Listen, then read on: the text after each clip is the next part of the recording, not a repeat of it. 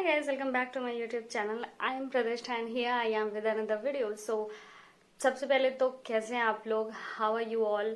और इस समय बहुत ही ज़्यादा कंडीशन ख़राब चल रही है। I hope you all are doing well. और बहुत सारे लोगों के मुझे इंस्टाग्राम मैसेजेस और टेलीग्राम पे भी आते हैं कि आप में से बहुत सारे लोग हैव बीन टेस्टेड पॉजिटिव। सो बहुत ज़्यादा ख्याल रखिए। All the very best. आपकी लाइफ आगे बहुत ज़्यादा है, आप लोग को बहुत कुछ करना है। So stay positive, stay happy. और सारा जो दुख का वक्त होता है वो खत्म हो जाता है, तो ये भी खत्म हो जाएगा। Let's hope for good. So आप लोगों को टॉपिक तो पता है कि आज मैं आपके क्वेश्चंस का आंसर करने वाली हूँ जो आप लोगों ने मुझे इंस्टाग्राम पे पूछा था।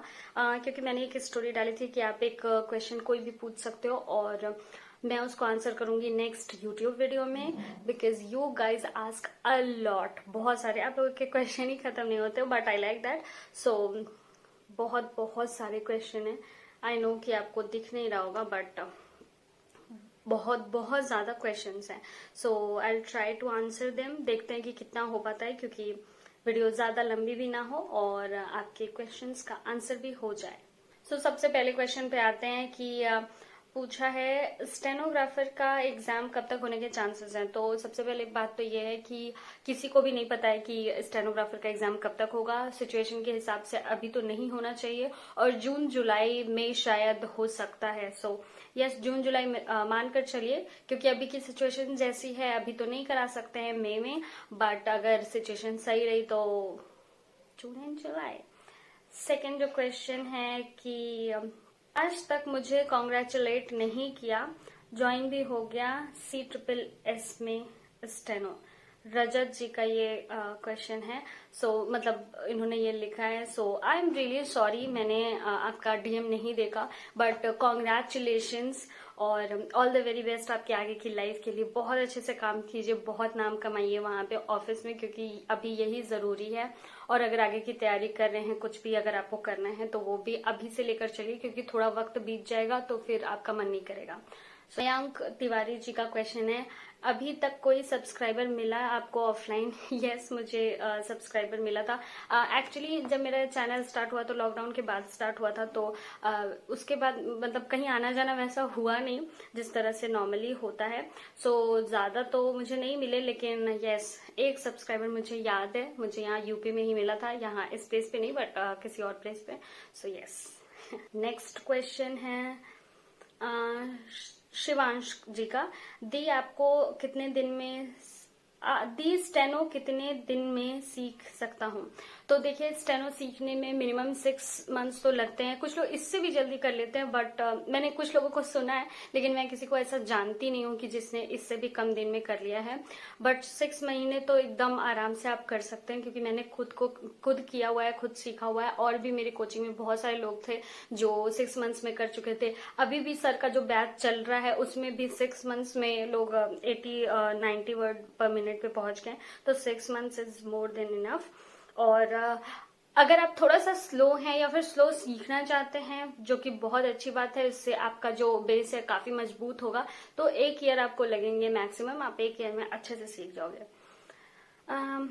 भानु राजपूत जी का क्वेश्चन है, मेरे को अभी 5 दिन हुए स्टेनो क्लास ज्वाइन किए, अभी टिप्स दीदी जो कोई टिप्स दीदी जो काम आए परफेक्ट होने में। हाँ, तो जब आपका स्टार्टिंग है तो हमेशा ट्राई कीजिए कि जो भी सर आपको प्रैक्टिस देते हैं करने के लिए वो आप बहुत बहुत ज्यादा कीजिए, और जितना वो कह रहे हैं उससे भी ज्यादा कीजिए, तो आप अपने सारे बैच से बहुत आगे निकल जाएंगे। क्योंकि स्टेनो में सारा खेल जो है वो प्रैक्टिस का है। जितना ज्यादा आप प्रैक्टिस करोगे उतना ही ज्यादा स्मूथ आपका स्टेनोग्राफी बन जाएगा और आपको बहुत जल्दी सीख भी जाओगे। क्योंकि अगर आप सोचिए कि आप प्रैक्टिस नहीं करते हो और आपको जल्दी जल्दी एक्सरसाइजेस तो पढ़ा दी जाती हैं, पर कुछ समय बाद आप उन सारे मतलब एक्सरसाइजेस को भूलने लगोगे, रूल्स को भी भूलने लगोगे, जिससे आपको डिक्टेशन लिखने में बहुत ज्यादा प्रॉब्लम होगी।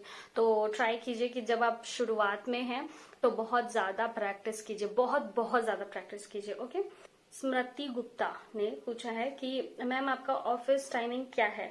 सो मेरा ऑफिस टाइमिंग है 9:30 to 6 जनरल टाइमिंग है, बट येस यू नो कि हम लोग कभी कभी जैसे बॉसेस अलाउ करते हैं उस हिसाब से निकल सकते हैं। नेक्स्ट क्वेश्चन है राकेश जी का। हिंदी स्टेनो में कौन सी लिपि आसान है? तो देखिए, आसान और टफ सारी ही हैं जो भी आप सीखते हैं। मैंने ऋषि सीखी है, इसलिए मैं ऋषि के बारे में बता सकती हूँ कि काफी अच्छी है और आप काफी स्पीड तक पहुंच सकते हो, मतलब कि 120-30 तक आप आराम से पहुंच सकते हो, कोई भी पहुंच सकता है। तो ऋषि अच्छी है। नीरज जी का ये मैं जो भी एक कमेंट है कि मैम आप ग्रेड सी में हो, कौन सी मिनिस्ट्री में हो? सो नहीं, मैं ग्रेड डी में हूँ और मैं सीबीआईसी बोर्ड में हूँ, यानी कि जीएसटी डिपार्टमेंट में, मतलब अभी जीएसटी डिपार्टमेंट में हूँ, मे बी कस्टम चली जाऊं। जय व्यास ने पूछा, मैम आप बेस्ट से भी बेस्ट हो। Oh my God. Thank you Jay Vyas ji, if you are watching, so thank you. और वैसे ही आप लोग बहुत औसम हो। Let me tell you one thing, आप लोग जो डीएम करते हो मुझे, जो आप लोग कमेंट करते हो, जो मुझे मेल करते हो या टेलीग्राम पे आप लोग जो भी मैसेजेस करते हो, ओ my God, I love that. और थैंक यू सो मच इतना ज्यादा सपोर्ट करने के लिए। आप लोग बहुत बहुत बहुत औसम हो। ओके, नेक्स्ट है अंजलि कुमारी जी का। आपको कितने इयर्स लगे गवर्नमेंट जॉब मिलने में? तो मेरा फर्स्ट अटेम्प्ट में हुआ था, मेरा ये फर्स्ट एग्जाम भी था। तो जो भी मैंने एग्जाम दिया था वो फर्स्ट ही एग्जाम था, तो इसी में मैं सेलेक्ट हो गई थी। और अगर आप ये पूछना चाहती हैं कि पूरा प्रोसेस कितने में हुआ, तो 1 साल तो लग ही गया था। तो yes. Journey of CSC, okay, I know this person. कौन है वो लड़का जो तैयार नहीं हो रहा है? सो अ फन स्टोरी, मेरी एक फ्रेंड ने पूछा था कि आप शादी कब कर रहे हैं, तो उस पर मैंने जवाब दिया था स्टोरी में ही कि लड़का तैयार नहीं हो रहा है, सो उसको तैयार करो। और उस पर बहुत सारे लोगों ने कमेंट किया है, उनमें से एक कमेंट ये है कि कौन है वो लड़का जो तैयार नहीं हो रहा है? सो एक्चुअली में अभी लड़का मिला ही नहीं है तो मिलेगा तो जरूर बताऊंगी। बप्पी लैरी जी ने मैसेज किया है कि will you be in my podcast for stenographers when I make channel? So yes, I would love to, और I will try to be there. और यस, जल्दी स्टार्ट कीजिए। यस। राजपूत निशांत ने पूछा है, मन नहीं करता पढ़ने का। सो यस, ये सबकी प्रॉब्लम है, मन नहीं करता है पढ़ने का। बट आपको कुछ तो सोचना पड़ेगा पढ़ने के लिए। आपको वो जॉब चाहिए, अगर चाहिए तो पढ़ाई करनी पड़ेगी। आपको पता है कि कितने लाखों फॉर्म्स पढ़ते हैं, कितने लोग फॉर्म्स सबमिट करते हैं और तैयारी भी करते हैं, जिसमें से सिर्फ कुछ 100 सीट्स आती हैं, 700 800, और बहुत ज्यादा हो गया तो 1200-1300 सीट्स आती हैं। तो इतने लाखों बच्चों में आपको 1200-1300 में जगह बनानी है, तो आपको पढ़ना तो पड़ेगा ही। ओके। और अगर कोई प्रॉब्लम नहीं है, अगर आपको पढ़ने का मन नहीं करता है, मे बी आपका कोई और पैशन हो, तो आप उसको भी फॉलो कर सकते हैं। अब के जमाने में लोग बहुत आगे जा चुके हैं, अब सिर्फ पढ़ाई सब कुछ नहीं रह गया है। तो अगर आप चाहते हैं, आपके पास टाइम है, तो आप स्विच भी कर सकते हैं। आप अपने चॉइस के हिसाब से ही हमेशा जॉब चुनो। अगर आपको पढ़ाई या फिर 9 to 5 जॉब अच्छी नहीं लगती है, तो कोई जरूरी नहीं है वही करना। ओके, तो आप चेंज कर सकते हो। इट्स मी रजत सक्सेना ने पूछा है, इतनी क्यूट क्यों हो? पहली बात तो मैं क्यूट नहीं हूँ, मैं बहुत ही डेंजरस हूँ। So yes, maybe I look cute, but yes. लड़का क्या करता है, उसी स्टोरी का ये कमेंट है। तो लड़का भी है नहीं, जब मिलेगा तो जरूर बताऊंगी। और वैसे भी मेरी जो एक्सपेक्टेशंस है वो बहुत हाई हैं। सो जीके के लिए कोई स्ट्रेटेजी बताइए। यस, जीके के लिए स्ट्रेटेजी ये है कि अगर आपको, देखिए, कई तरीके के लोग होते हैं। कुछ लोग ऐसे होते हैं जिनको जीके बिल्कुल भी नहीं आता, और कुछ लोग ऐसे होते हैं कि जिनको थोड़ी बहुत आती है, और कुछ लोग ऐसे होते हैं जिनको बहुत अच्छी लगती है जीके, वो ऐसे भी पढ़ते रहते हैं। तो बहुत सारे लोग अपने अपने स्कूल टाइम में देखा होगा कि वो किसी सब्जेक्ट में इंटरेस्ट नहीं लेते, पर जब एसएसटी का समय आता था तो उनको बहुत ही अच्छा लगता था। ओके, तो ऐसे लोग होते हैं अलग अलग टाइप के। तो अगर आप इन लोगों में हो कि आपको बिल्कुल भी नहीं आती है जीके, तो आप स्टार्ट कैसे कर सकते हो? लेट मी टेल यू कि आप जो भी आपको पढ़ना है, जैसे कि आपको ये पता होना चाहिए कि आपको क्या पढ़ना है एग्जैक्टली, ठीक है, कि कौन सा टॉपिक आपको पढ़ना है, आपके एग्जाम के लिए वो फायदेमंद हो सकता है। तो मान लीजिए कि आपको पॉलिटी में कुछ पढ़ना है, राज्यपाल, राष्ट्रपति, ऐसा टॉपिक्स पढ़ने हैं, तो आपको बुक अच्छी नहीं लग रही है तो आप कोई भी यूट्यूब चैनल पे सर्च कर लीजिए राज्यपाल, और उसके जो भी वीडियोस हैं, एक दो वीडियोस आप देख लीजिए। आपको लगेगा कि अच्छा वो लोग बोलते हैं ना, तो और फीचर्स देते हैं, पिक्चर्स होते हैं, तो फिर आपको थोड़ा सा इंटरेस्ट आएगा और उसके बाद आप आराम से बुक पढ़ सकते हैं। तो I think you get me, कि अगर आपको किसी चीज में इंटरेस्ट नहीं आ रहा है तो आप उसको अपने वे में इंटरेस्टिंग बनाने की कोशिश कीजिए। मे बी आपको अच्छा लगे कि कोई और आपके लिए बुक पढ़ के सुनाए, तो अगर आपके पास कुछ ऐसे लोग हैं जो आपके लिए बुक पढ़ सकते हैं तो उनसे आप बोल सकते हैं कि आप बुक पढ़ दो मेरे लिए। अदरवाइज अगर आपको ऐसा अच्छा लगता है कि वीडियो आप देख सकते हैं, जल्दी से उसका स्पीड बढ़ा के आराम से देख सकते हैं, तो वीडियो आप देख लीजिए। उसमें विजुअल्स होते हैं और इसमें आपको आसानी होगी देखने में। तो जो बेसिक है, जो बेसिक जो स्ट्रक्चर है वो आपको पता चल जाएगा, और उसके बाद आप बुक से फैक्ट्स आराम से याद कर सकते हैं। तो बहुत लोगों को मैंने ऐसा देखा है कि पहले जीके नहीं पसंद होता है, पर जब वो इस तरह से पढ़ते हैं, जैसे यूट्यूब वीडियो देख लिया, कोई डॉक्यूमेंट्री देख ली, जो भी टॉपिक आपको पढ़ना है, अगर आप पहले वो देख ले तो आपको एक बेस तैयार हो जाता है कि अच्छा इसमें ये हुआ था, अब इसमें आपको फैक्ट्स याद करने हैं, तो वो काफी काफी आसान हो जाता है। तमन्ना जी ने पूछा है कि प्लीज टेल कि स्किल टेस्ट क्लियर करने का प्रोसीजर क्या है और फाइनल कट ऑफ कैसे बनती है। तो प्रोसीजर के बारे में मैंने अपने एक वीडियो में आपको बताया है। तो सबसे पहले आपका एक पेपर होगा सीबीटी का ऑनलाइन, तो उसको पास करने के बाद आपको स्किल के लिए बुलाया जाएगा। वहां पे आप स्किल दे सकते हैं। अगर आप डी और सी दोनों के लिए पास होते हैं तो आप दोनों का ही स्किल दे सकते हैं। अगर आप डी के लिए पास है सिर्फ, तो सिर्फ डी का स्किल देंगे। और स्किल टेस्ट देने के बाद उसमें जितने सारे लोग पास हुए हैं और जितनी सीट्स अवेलेबल हैं, यानी वैकेंसी जितनी और जितने लोग पास हुए हैं, तो उससे ही कट ऑफ बनती है। और स्किल टेस्ट ऑब्वियसली क्वालिफाइंग होता है, तो उससे कोई मतलब नहीं होता। आपके सीबीटी का जो भी आपका मार्क्स है उसी में से मेरिट बनेगी। तो यस, सपना जी का ये मैसेज है कि दी I am scared of written exam, कि सिलेक्शन नहीं होगा वगैरह, ये फोबिया कैसे दूर करूं, प्लीज सजेस्ट। तो देखिए, बहुत सारे लोगों को ये फोबिया होता है और this is very very normal. देखिए, बहुत सारे लोगों में जब आपको लगता है कि आपका कंपटीशन हो रहा है तो आपको लगेगा कि मे बी मेरा सिलेक्शन नहीं होगा, पर आप हमेशा अपनी एक सीट के बारे में सोचिए कि आपको सिर्फ एक सीट चाहिए। और हमेशा जो भी आप करियर चूज करें, बहुत सारे लोग पूछते हैं कि सीजीएल करूं या स्टेनो करूं। आई नो कि इस समय गवर्नमेंट जॉब पाना या फिर कोई जॉब पाना ज्यादा इंपॉर्टेंट है, बट फिर भी आपका पैशन, आपका पैशन ना सही पर आपका इंटरेस्ट थोड़ा बहुत तो उस चीज में होना चाहिए। ये नहीं कि आपने स्टेनो चूज कर लिया पर अब ना आपको स्किल पसंद आ रही है, ना आपको स्टेनो की जॉब पसंद आ रही है, तो फिर आपके लिए बहुत डिफिकल्ट हो जाएगा। इसलिए पहले चूज कीजिए कि आपको क्या पसंद है। और दूसरी बात, अगर आपको ये डर लग रहा है, आपको पसंद तो है स्टेनो, आपको पसंद तो आ गई, पर आपको ये डर लग रहा है कि पता नहीं मेरा होगा कि नहीं, तो हमेशा अपनी एक सीट के बारे में सोचिए कि एक सीट तो आपको लेनी है और वो आपकी है, वो आप जरूर ले लोगे। हमेशा अपनी प्रिपरेशन जो है सही डायरेक्शन में कीजिए, और किसी भी ऐसे जो डिप्रेसिंग बात करते हैं लोग, उनके आसपास मत रहिए। जो भी पॉजिटिव लोग हैं उनके आसपास रहिए, इससे आप में पॉजिटिव एनर्जी आएगी। और दूसरी बात, अगर आपको फोबिया है कि आपको नहीं होगा, अगर आपका नहीं होगा टेस्ट में, तो आप ये कर सकते हैं कि आप टेस्ट सीरीज दीजिए। आप उसमें चेक कर सकते हैं कि आप कितने लेवल पे हैं। अगर मान लीजिए आपके लोएस्ट यानी कि 70-75 मार्क्स भी आ रहे हैं, तो भी आपके पास टाइम है उसको इम्प्रूव करने का। उस हिसाब से आप जान सकते हैं कि आप कितने पानी में हैं, कितनी आपकी तैयारी है। और अगर तैयारी कम है तो उसको इम्प्रूव कर सकते हैं। अगर आपकी तैयारी अच्छी है तो फिर आपको कॉन्फिडेंस आएगा कि yes I can do it. Have you completed your graduation? So Lukesh ji ने ये पूछा है, तो maybe he is very interested in my education.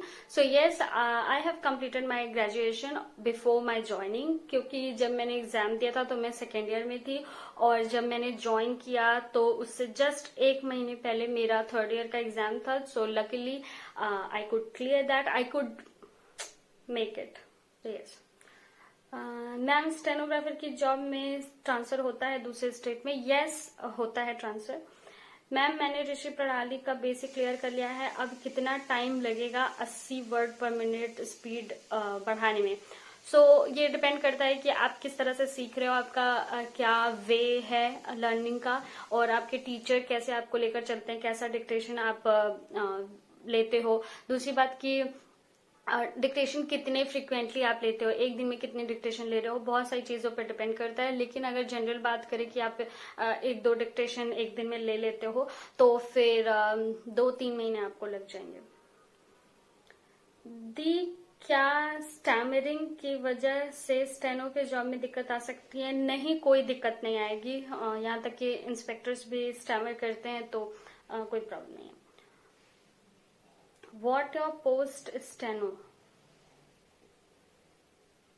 I couldn't understand this, but maybe he is asking कि आपका पोस्ट कौन सा है। तो पोस्ट तो स्टेनो ही होती है, उसे स्टेनो ही बोला जाता है। बट मेरे ऑफिस में चूंकि पीएस कोई नहीं है, so I am called a PS. Pratishtha, I M Bhadauria ने पूछा है। प्रतिष्ठा, स्टेनोग्राफर में नॉर्थ इंडियंस की पोस्टिंग साउथ इंडिया में होती है या ऑल ओवर इंडिया कहीं भी हो सकती है? So yes, all over India कहीं भी हो सकती है। और साउथ में इसलिए ज्यादा भेजते हैं लोगों को, जो भी अपना प्रेफरेंस वगैरह नहीं डालते उनको साउथ में इसलिए भेजते हैं क्योंकि वहां पे बहुत ज्यादा वैकेंसी होती है। वहां के लोकल लोग बहुत ज्यादा क्रेजी नहीं है गवर्नमेंट जॉब के लिए। And let me tell you कि वहां पे जैसे ज्यादा नॉलेज भी नहीं है गवर्नमेंट जॉब के बारे में। और बहुत सारे जैसे हमारे ऑफिस में जो ऑफिसर्स होते हैं उनके रिलेटिव्स हम ही लोग से आके पूछते हैं कि मतलब सीजीएल करना है या फिर ये करना है तो कैसे कर सकते हैं। ठीक है, तो सीजीएल वगैरह के भी बारे में ज्यादा नॉलेज नहीं है। स्टेनो के बारे में बहुत ही कम नॉलेज है वहां पे। पता नहीं, उनको क्रेज नहीं है। तो यस, नॉर्थ तो साउथ तो होती ही है क्योंकि वहां पे वैकेंसी ज्यादा है, बट ऑल ओवर इंडिया होती है। दक्ष जी का मैसेज है, मैथ्स ऐड हो गया है क्या एसएससी स्टेनो में मैम? ओ माय गॉड, ये क्वेश्चन मेरे डीएम में इतना ज्यादा है that I can't tell you.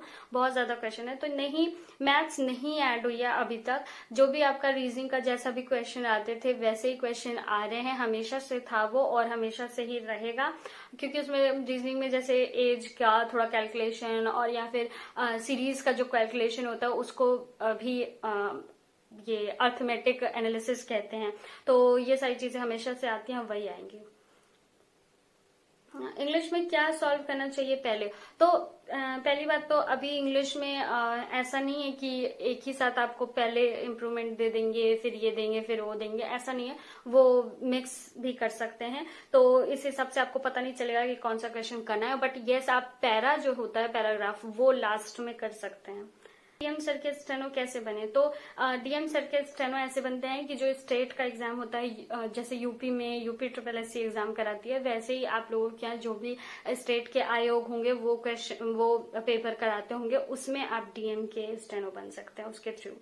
घर पर ही स्टेनो 2020 और पीईटी 2021 की तैयारी कैसे करें, प्लीज दी आंसर। तो यस, मैंने आपको बताया था कि आप जो तैयारी है रिटन टेस्ट की वो आराम से बिना कोचिंग के कर सकते हैं। मेरा एक वीडियो भी है कि बिना कोचिंग के स्टेनो की तैयारी कैसे करें, तो वो वीडियो देखिए, आपको बहुत ज्यादा आइडिया लग जाएगा। आराम से कर सकते हैं, नो प्रॉब्लम। पर स्टेनोग्राफी के लिए आपको कोई पेड कोर्स जरूर ज्वाइन कर लेना चाहिए, जिससे आपको जल्दी सीखना मतलब आप जल्दी सीख जाओगे और आसानी भी होगी। एसएससी स्टेनो में ज्वाइनिंग किस डिपार्टमेंट में मिलती है, ऋषभ जी ने पूछा है। तो देखिए ऋषभ जी, बहुत सारे डिपार्टमेंट्स हैं और मैंने आपको मेरे टेलीग्राम ग्रुप पे अगर आप जाएंगे तो वहां पे आपको पूरा पीडीएफ मिल जाएगा कि कौन कौन से डिपार्टमेंट के प्रेफरेंस दिए जाते हैं आपको, कि आप ये डिपार्टमेंट का भर सकते हो। तो अलग अलग डिपार्टमेंट्स का आता रहता है, क्योंकि अगर आपकी उस डिपार्टमेंट में सीट्स हैं तो वो देंगे आपको प्रेफरेंस भरने के लिए कि अच्छा ठीक है, अगर आपको ये डिपार्टमेंट चाहिए तो प्रेफरेंस में दीजिए। तो बहुत सारे हैं, आप उसमें चेक कर सकते हो। तो मिस्टर धीरज जी का कमेंट है कि मैम आईटी डिपार्टमेंट के लिए यानी कि इनकम टैक्स डिपार्टमेंट के लिए कितने मार्क्स चाहिए होते हैं प्री और मेंस में एससी कैटेगरी वालों को? तो एससी कैटेगरी वालों का मुझे ऐसे एग्जैक्ट तो नहीं पता है, पर यस, अगर आपका 140 या 130 तक मार्क्स है तो आप आराम से अपना मनचाहा मतलब आईटी तो पा सकते हो। मैम आप आगे भी कोई एग्जाम देने वाले हो? शायद। सरस जी का क्वेश्चन है कि जीएसटी डीजीपीएम और कस्टम में ज्वाइनिंग जल्दी कौन देते हैं? तो देखिए, डीजीपीएम का जो ज्वाइनिंग होता है वो अलग होता है, जबकि जीएसटी और कस्टम की ज्वाइनिंग एक साथ होती है। तो उसमें से डीजीपीएम को थोड़ा जल्दी करना चाहिए, वो थोड़ा ज्वाइनिंग में जल्दी करते हैं, और जीएसटी और कस्टम की थोड़ी बाद में हो सकती है। तो सरस जी ने पूछा 2018 स्टेनो एसएससी सीबीआईसी की ज्वाइनिंग कब तक होगी मैम? सो यस, अभी 2018 की ज्वाइनिंग जो है, हाँ, आपसे जो प्रेफरेंस है वो आपसे फिर से आप लोगों को पीडीएफ भेजा गया था कि देख लीजिए आप लोगों का ये सही है या नहीं सही है। उसके बाद अगर आप लोगों को कुछ चेंजेस चाहिए तो फिर से भेज दीजिए। अब उनको 1 या 2 महीने मैक्स लगेंगे ज्वाइन कराने में, तो यस, जल्दी हो जाएगी। मैम एसएससी के सारे एग्जाम्स में सबसे इजी कौन सा है? तो सबसे इजी तो अभी तक स्टेनो का ही पेपर रहा है। इससे इजी एसएससी का कोई एग्जाम मुझे नहीं पता है, क्योंकि हर एग्जाम में सीएचएसएल और वगैरह में मैथ्स आती है। एंड यस, एमटीएस का पेपर होता है, वो थोड़ा सा आसान होता है। फिर से नरेंद्र गौतम जी का मैसेज है कि आप कब से स्टेनो करी हो? तो कब से स्टेनो करी हो, आई थिंक इनका मैसेज, इनका मतलब था कि कब से जॉब में हो। तो मैं 4 साल से जॉब में हूँ, मतलब मुझे 4 साल होने वाला है जून में। प्रेम प्रियांश जी का मैसेज है कि अपने ऑफिस के डेस्क पे फ्लैग स्टैंड रख सकते हैं स्टेनोग्राफी में?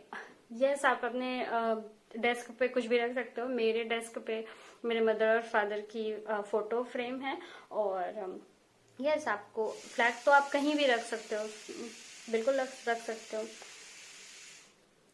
About 2021-22 preparation and for upcoming year scope in SSC stenographer। तो देखिए, स्कोप तो काफी है, और अभी स्टेनोग्राफी या स्टेनो की जॉब बंद नहीं होने वाली है मेरी आइडिया के हिसाब से, और 2021 के लिए मैंने वीडियो बना दी है, तो आप लोग देख सकते हैं। तानिया जी का मैसेज है कि दी how to talk you on Telegram, it shows that writing message isn't allowed. Yes, so let me clear you about my Telegram group. देखिए, वहाँ पे जो ग्रुप है वहाँ पे आप ऐसे ही जो मैसेज है वो नहीं कर सकते हो, क्योंकि मैसेज में तभी अलाउड करती हूँ जब मैं आती हूँ आंसर करने। तो जब भी मैं ऑनलाइन आती हूँ आंसर करने के लिए, तो मैं मैसेज अलाउ करती हूँ।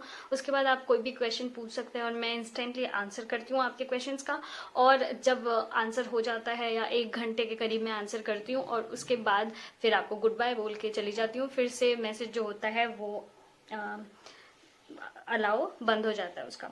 तो यस, और यूजुअली मैं आती हूँ एवरी 2 और 3 डेज पे आती रहती हूँ आंसर करने के लिए। और यस, अगर मैं आंसर करने नहीं भी आ रही हूँ तो भी आपको टेलीग्राम पे बहुत सारी चीजें मिलती रहती हैं। बहुत सारे कोर्सेज के पीडीएफ आपको मिल जाएंगे, बुक्स के पीडीएफ, आप कोई भी बुक का पीडीएफ चाहिए तो आपको वहां पे मिल जाएगा। सेकेंड थिंग कि आपको द हिंदू न्यूज़पेपर एवरीडे मिलता है, वोकैबुलरी आपको एवरीडे मिलती है। तो बहुत सारी चीजें एक्स्ट्रा में चलती रहती हैं उसमें। बट यस, मैं आंसर करने आती हूँ एवरी 2 और 3 डेज के बाद, और जो टाइमिंग है वो यूजुअली 10 बजे रात को होती है। तो ऋचा सिंह ने लिखा है कि दी आप बहुत अच्छे हो, मैं भी एक स्टेनोस एस्पिरेंट हूँ, और जब भी डिमोटिवेट होती हूँ तो आपकी वीडियो देख लेती हूँ। Thank you so much. और अगर आप लोगों को हेल्प होती है सो ये मेरे लिए सबसे बड़ी बात है। तो यस। फ्यूचर स्टेनोग्राफर ने पूछा है कि मैम इंग्लिश में OWS यानी कि 1 वर्ड सब्स्टिट्यूशन आता है या नहीं? तो अभी तक तो नहीं पूछा है, मतलब अब नहीं पूछते हैं, लेकिन आ सकता है क्योंकि वो वोकैब का पार्ट है, तो आ सकता है। जैसे रीजनिंग में अचानक से ऐसे क्वेश्चंस दे दिए थे जो सॉल्व करने में टफ थे, बट वो सिलेबस में थे, सिलेबस के बाहर नहीं था। वैसे ही OWS भी सिलेबस में है, तो कभी भी पूछ सकते हैं। ब्रोकन हार्ट ने पूछा क्या गवर्नमेंट लोग भी फ्रेंड्स बनाते हैं? तो गवर्नमेंट लोग क्या होता है, लेकिन यस, अगर गवर्नमेंट एम्प्लॉयज जो होते हैं वो फ्रेंड्स बनाते हैं, यस, वो भी ह्यूमन होते हैं, तो उनको भी चाहिए फ्रेंड्स। प्रज्ञा जी ने लिखा है कि you are my mentor and idol ma'am. Thank you so much, और this is too much for me, but I feel good. Prince ji का मैसेज है एसएससी स्टेनो वैकेंसी खत्म तो नहीं होगी ना? कि अभी तो नहीं खत्म होगी मेरे ख्याल से, क्योंकि इतनी जल्दी कुछ भी ऐसा नहीं खत्म कर देंगे। और एसएससी के थ्रू जॉब मिलती है, तो ये थोड़ी सी सिक्योर है, बोल सकते हैं इसको। Now what do you do? तो अभी मैं जॉब करती हूँ, और वैसे मैं साइड बाय साइड बहुत कुछ करती हूँ, पर यस, अभी मैं जॉब करती हूँ, और हेल्प के लिए यूट्यूब पे एक्टिव रहती हूँ, टेलीग्राम पे एक्टिव रहती हूँ। अदर थिंग्स में मेरा डांस का क्लास है, मैं कथक सीख रही हूँ, और फाइन आर्ट्स का क्लास है। तो yes, I do so many things.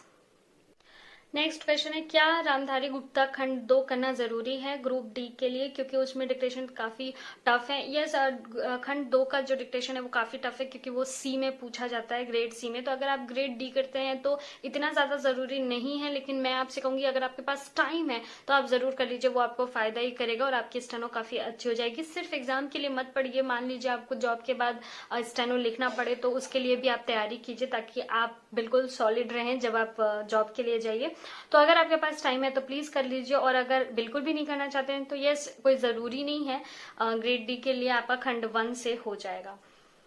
Ma'am, steno का न्यू सेशन 2022 का रिटर्न कब हो सकता है? अभी तो 21-20 का ही नहीं हुआ है, फिर 21 का होगा, 22 का तो बहुत अभी दूर है, तो नेक्स्ट ईयर ही होगा। अगर प्रिपरेशन अच्छी हो तो क्या फर्स्ट अटेम्प्ट में क्लियर हो सकता है? बिल्कुल हो सकता है, मेरा खुद का क्लियर हुआ है और बहुत सारे लोगों का क्लियर हुआ है, होता है, तो यस बिल्कुल हो सकता है। एसएससी स्टेनोग्राफर 2020 का एग्जाम डेट कब है? एसएससी ने मुझे नहीं बताया अब तक। Ma'am, I want to become stenographer, please बताइए एग्जाम कब होगा। तो अगर आप एग्जाम 2020 का पूछ रहे हैं तो अभी तक तो नहीं पता है, लेकिन अगर आप नेक्स्ट में भरेंगे 2021 का तो नेक्स्ट ईयर ही शायद एग्जाम हो पाएगा, I guess. How to increase marks in mocks? तो मॉक्स में कैसे इंक्रीज कर सकते हैं मार्क्स, उसके लिए मैंने एक वीडियो बनाया है, तो वो आप देख सकते हैं, और उसमें मैंने डिटेल में सारी बातें की हैं कि कैसे अगर आपका कम नंबर आ रहे हो तो कैसे डील करना है, everything. Can you please tell me कि होम टाउन में पोस्टिंग मिलने का कितने चांसेस होते हैं स्टेनो के? तो देखिए, कहाँ पे आपका होम टाउन है ये भी डिपेंड करता है। अगर आप साउथ से हैं तो बिल्कुल आपको जल्दी मिल जाएगा, क्योंकि वहाँ पे काफी वैकेंसीज खाली होती हैं। अगर आप नॉर्थ से हैं तो थोड़ा सा आपको ज्यादा मार्क्स लाना पड़ेगा, क्योंकि सीट्स बहुत कम होती हैं और बहुत कम लोगों को इधर नॉर्थ में या फिर अपना होम टाउन मिलता है, तो यस। और उसमें भी बात करें तो होम टाउन मिलना मुश्किल है, क्योंकि मान लीजिए कि आपके यहाँ पे जैसे मैं यूपी में हूँ, तो यूपी में लखनऊ में ही ऑफिस है, और अगर आप किसी और सिटी में रहते हो तो आपको लखनऊ में ही ऑफिस मिलेगा, लखनऊ या कानपुर में। So yes. My birthday is on 10th of November. We share the same birthday month now. Wow. नम्रता मोदी जी ने लिखा है, आई गेस वो गुजरात से। सो किसी ने मुझसे पूछा था कि आपका बर्थडे कब है, तो मैंने इंस्टा पे ही बताया था कि 7th ऑफ नवंबर को, तो उन्होंने लिखा है कि 10th ऑफ नवंबर को उनका है। तो high five Namrata, if you are watching it. Working days कितने होते हैं? तो सेंट्रल गवर्नमेंट में 5 डेज वर्किंग होता है मोस्टली डिपार्टमेंट में, और किसी किसी किसी डिपार्टमेंट में होता है कि 6 डेज आपको करना पड़ता है, जैसे कि कस्टम्स में। बट यस, जीएसटी में अगर आप हैं तो 5 डेज, और मोस्टली सारे डिपार्टमेंट में आपको 5 डेज का ही काम करना पड़ता है। दी you are really cute like a kid, अभी वेम्पायर ने लिखा है, so thank you.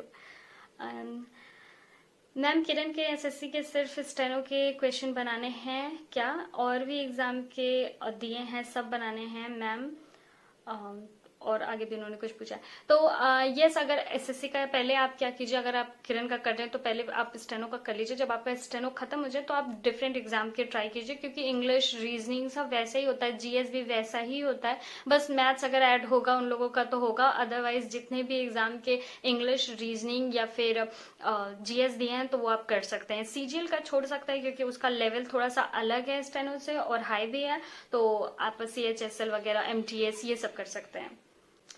Ma'am, English कैसे इम्प्रूव करें एसएससी स्टेनो के लिए? मेरी वीक है, कोई जादू करिए। तो देखिए, इंग्लिश कैसे इम्प्रूव करें इसके बारे में मैंने एक वीडियो बनाया हुआ है डिटेल में, कि कैसे आप इम्प्रूव कर सकते हैं अगर आपकी ग्रामर कमजोर है। पर यहाँ पे मैं शॉर्ट में आपको बता देती हूँ कि आप प्लिंथ टू पैरामाउंट या केडी कैंपस दोनों में से कोई भी बुक ले लीजिए। दोनों ही बुक बेसिक से स्टार्ट करने के लिए बहुत ही अच्छी है अगर आपकी वीक है तो। और उसके बाद एक एक टॉपिक पढ़िए, और एक एक टॉपिक जो भी आप पढ़ रहे हैं, जैसे आज आपने नाउन पढ़ा है तो नाउन के सारे प्रैक्टिस कीजिए, मतलब काफी क्वेश्चन कीजिए, और हर जगह इंटरनेट पे यहाँ वहाँ नाउन के क्वेश्चंस सर्च कीजिए और उसको सॉल्व करने की कोशिश कीजिए, और रूल्स पढ़िए। ऐसे आपका प्रैक्टिस बहुत अच्छे से हो जाएगा और धीरे धीरे आपको आने लगेगा।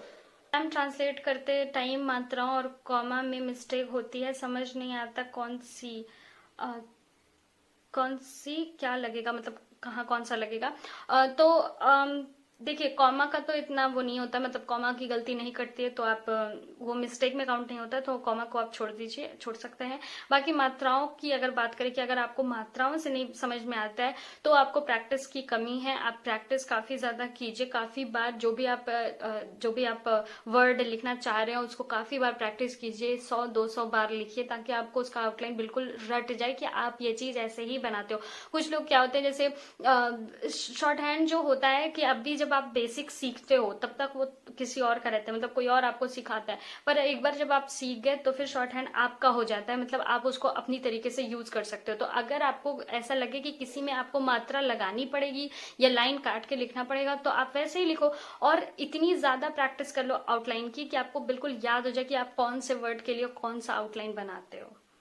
दी 2021 वाली वैकेंसी में, स्टेनोग्राफर की वैकेंसी में हिंदी और इंग्लिश सब्जेक्ट में चॉइस होगी क्या, कुछ आइडिया है तो बताइए। हिंदी और इंग्लिश का मुझे समझ में नहीं आया। अगर आप स्टेनोग्राफी की बात कर रही हैं शॉर्ट हैंड की, तो यस आप फॉर्म फिल करते समय हिंदी या इंग्लिश चूज कर सकती हैं। और अगर सब्जेक्ट की बात करिए तो हिंदी तो आता नहीं है, और बाद में सीईटी का क्या सिलेबस होगा किसी को भी नहीं पता है। इंग्लिश आती है तो इंग्लिश रहेगी।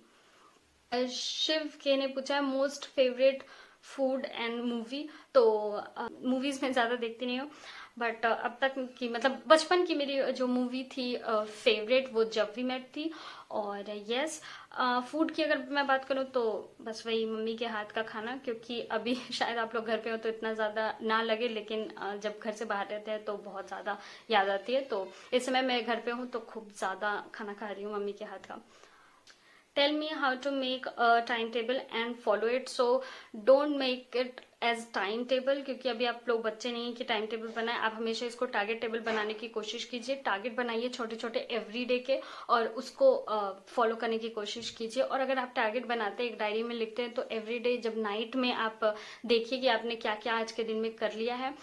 नेक्स्ट डे जब आप देखेंगे कि पिछले दिन में आपका ये चीज नहीं हुआ था तो आपको थोड़ा सा मोटिवेशन आएगा कि नहीं यार ये भी कर लेते हैं। तो यस मैंने इसके बारे में काफी बार बात की है, और टाइम टेबल का मेरा एक वीडियो भी है तो वो भी आप देख सकते हैं।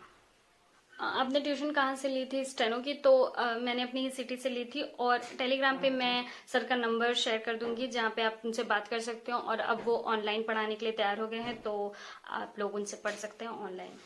एसएससी स्टेनो स्किल टेस्ट में मैटर हार्ड बोला जाता है, नहीं बहुत ज्यादा हार्ड नहीं होता है, पर यस बुक्स हैं जो जिससे आप मैटर्स देख सकते हैं, जैसे कि इंग्लिश के लिए कैलाश चंद्र की बुक और हिंदी के लिए रामधारी गुप्ता जी की बुक। तो उन्हीं दोनों से मैटर देख लीजिए कि कैसा बोला जाता है। और इसके अलावा मैंने एक वीडियो भी बनाया हुआ है अपने चैनल पे जिसपे मैंने बताया कि स्किल टेस्ट में, एसएससी के स्किल टेस्ट में एग्जैक्टली कैसा डिक्टेशन बोला जाता है, तो वो भी आप देख सकते हैं, उससे आपको बहुत आइडिया लग जाएगा।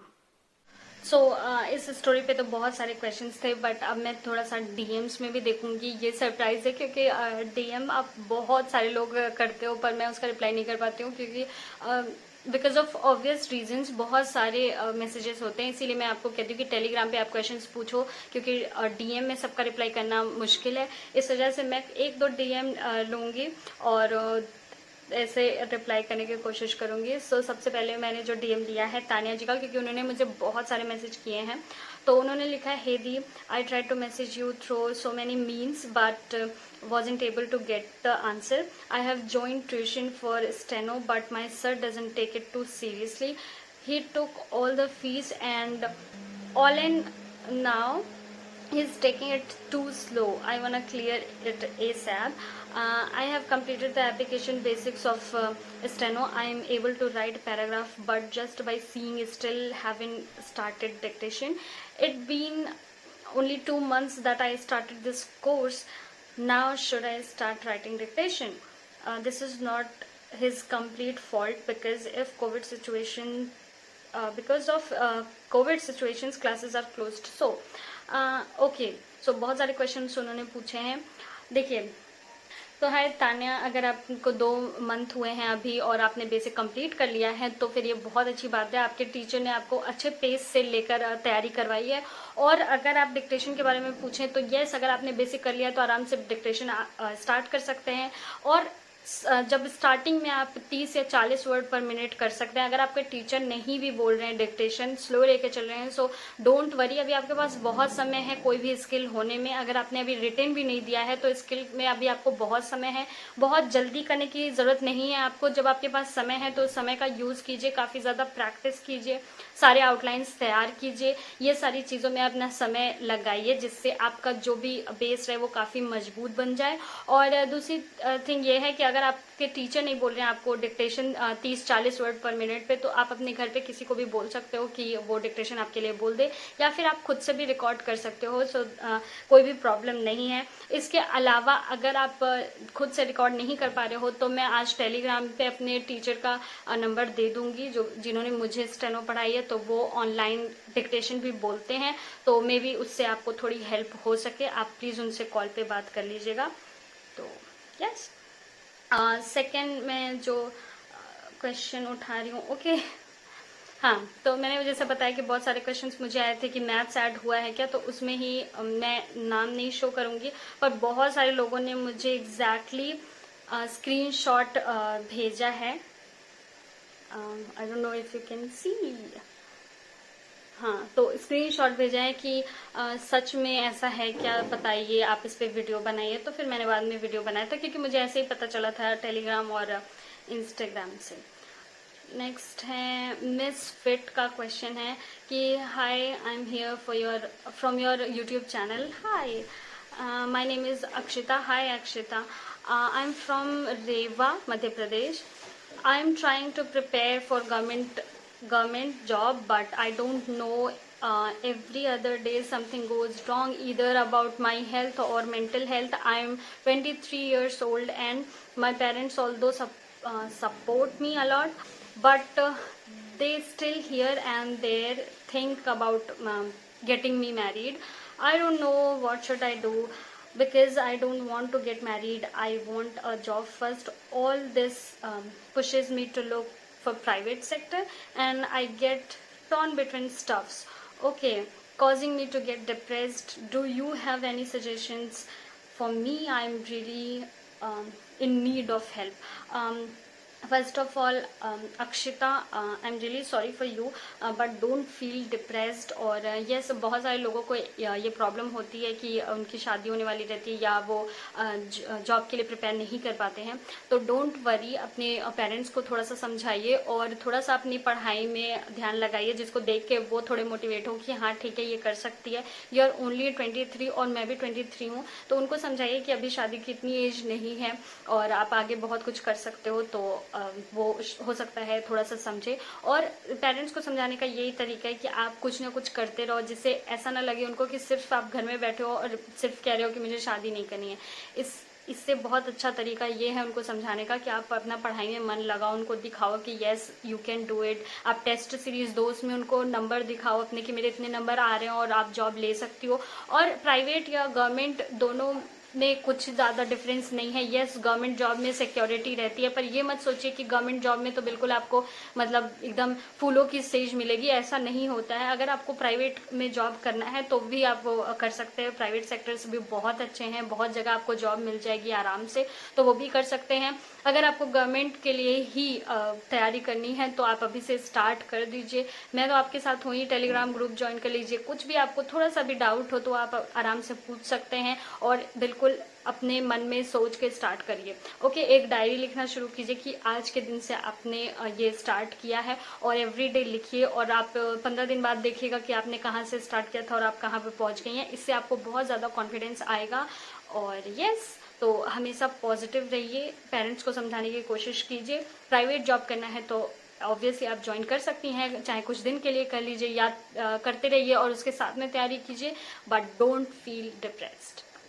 So that is it for today. बहुत सारे क्वेश्चंस और भी थे, बहुत सारे डीएम्स हैं, बहुत सारे स्टोरी पे भी रिप्लाईज थे, बट मैं सबको एक साथ नहीं कर सकती क्योंकि बहुत लंबा वीडियो बन जाएगा। तो आई थिंक मैं पार्ट 2 लेकर आऊंगी, ये पार्ट 1 हो सकता है, अभी मैं ऐसे ही रिलीज करूंगी, but yes may be part 2 आएगा। तो आई होप आपको ये अच्छा लगा हो। So okay, stay happy, stay safe, और मिलते हैं नेक्स्ट वीडियो में। तब तक के लिए नमस्कार।